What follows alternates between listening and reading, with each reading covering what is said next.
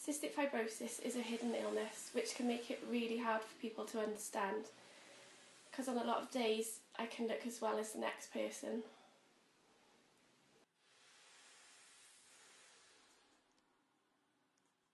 Cystic fibrosis is the most common inheritance and life-limiting genetic disorder in the UK.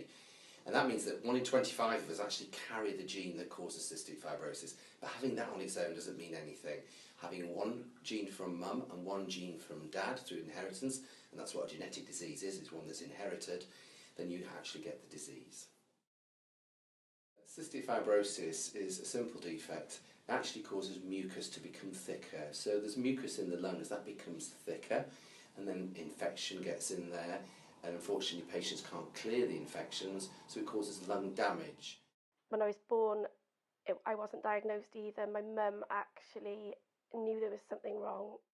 I knew instantly, I think it's a mother's instinct, that there was some issues.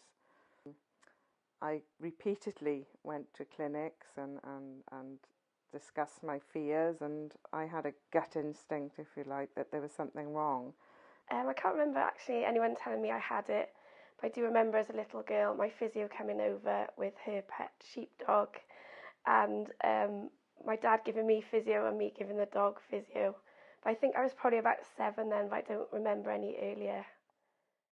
Every day I can do 3.5-hour physio sessions, take 40 to 60 tablets a day, and this means that I can't be as spontaneous as most people my age.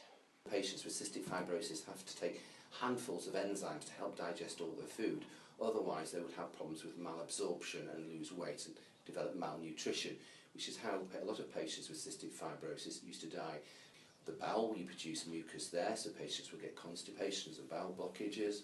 The liver produces mucus, so anything that damages the liver, such as this, will actually cause cirrhosis. And then the other things will be gallstones, bladder stones. So there's a lot of organs really, including also bone problems, osteoporosis. You think about little old ladies, but it's not just little old ladies, it's young patients, boys and girls with cystic fibrosis will get osteoporosis. So it's a lot to deal with. It's not just about the chest, it's nearly every organ in the body will be affected, so it's a very hard life. In the mornings I do 4 different nebulizer solutions, and they all do different things, and the first one makes the mucus thinner. I then have to wait an hour for that to work, and then the second one opens the airways. The third will hydrate my lungs, and that makes it easier to clear, and then the fourth is an antibiotic nebulized. That is all assisted with a Vivo machine, and that actually exercises the lungs as you breathe in and out. It'll push more air into your lungs and therefore expands all the small airways. As a teenager, my chest infections became more frequent, probably about twice a year. But I'd say in the last 5 years that's changed quite a lot, and at the moment I'm 33 now, and it's probably every 6 to 8 weeks that I have to have hospital treatment or extra help for my chest infections. The hospital offers extra physio sessions, intravenous antibiotics, anywhere between 2 and 3 different medications at a time. The last regime was quite vigorous, and that was 7 times a day. But despite all of this, it's a nasty, vicious cycle. And without a lung transplant, unfortunately, most patients can't survive at long term.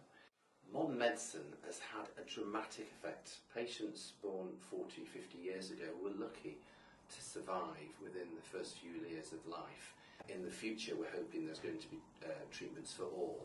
And hopefully, survival will continue to increase. A child born today would be anticipated to survive to at least 50.